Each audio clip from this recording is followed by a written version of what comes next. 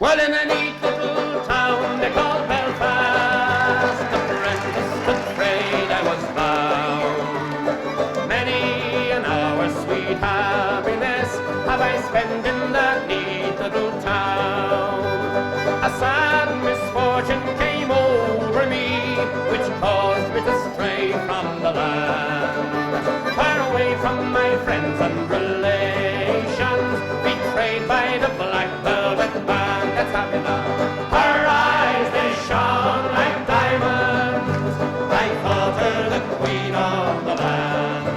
And her hair, it hung over her shoulder, tied up with a black velvet band. I took a stroll down Broadway, meaning not long for to stay, when who should I meet but this pretty fair maid come a-traipsing along the highway. She was both fair and handsome, her neck it was just like a swan's, and her hair it hung over her shoulder, tied up with a black velvet band. Everybody! Her eyes they shone like diamonds, I thought her the queen of the land, and her hair it hung over her shoulder, tied up with a black velvet band.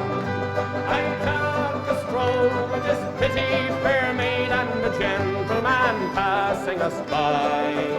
Well, I knew she meant the doing of him by the lot in her roguish black eye. Oh, but she took from his pocket and placed it right into my hand. And the very first thing that I said was, "Access to the black velvet band." Her eyes, they shone like diamonds, I thought her the queen of the land, and her hair hung over her shoulder, tied up with a black velvet band. Before the judge and the jury, next morning I had to appear. The judge, he says to me, "Young man, your case it is proven clear. We'll give you 7 years penal servitude to be spent far away from the land, far away from your friends and companions, betrayed by the black velvet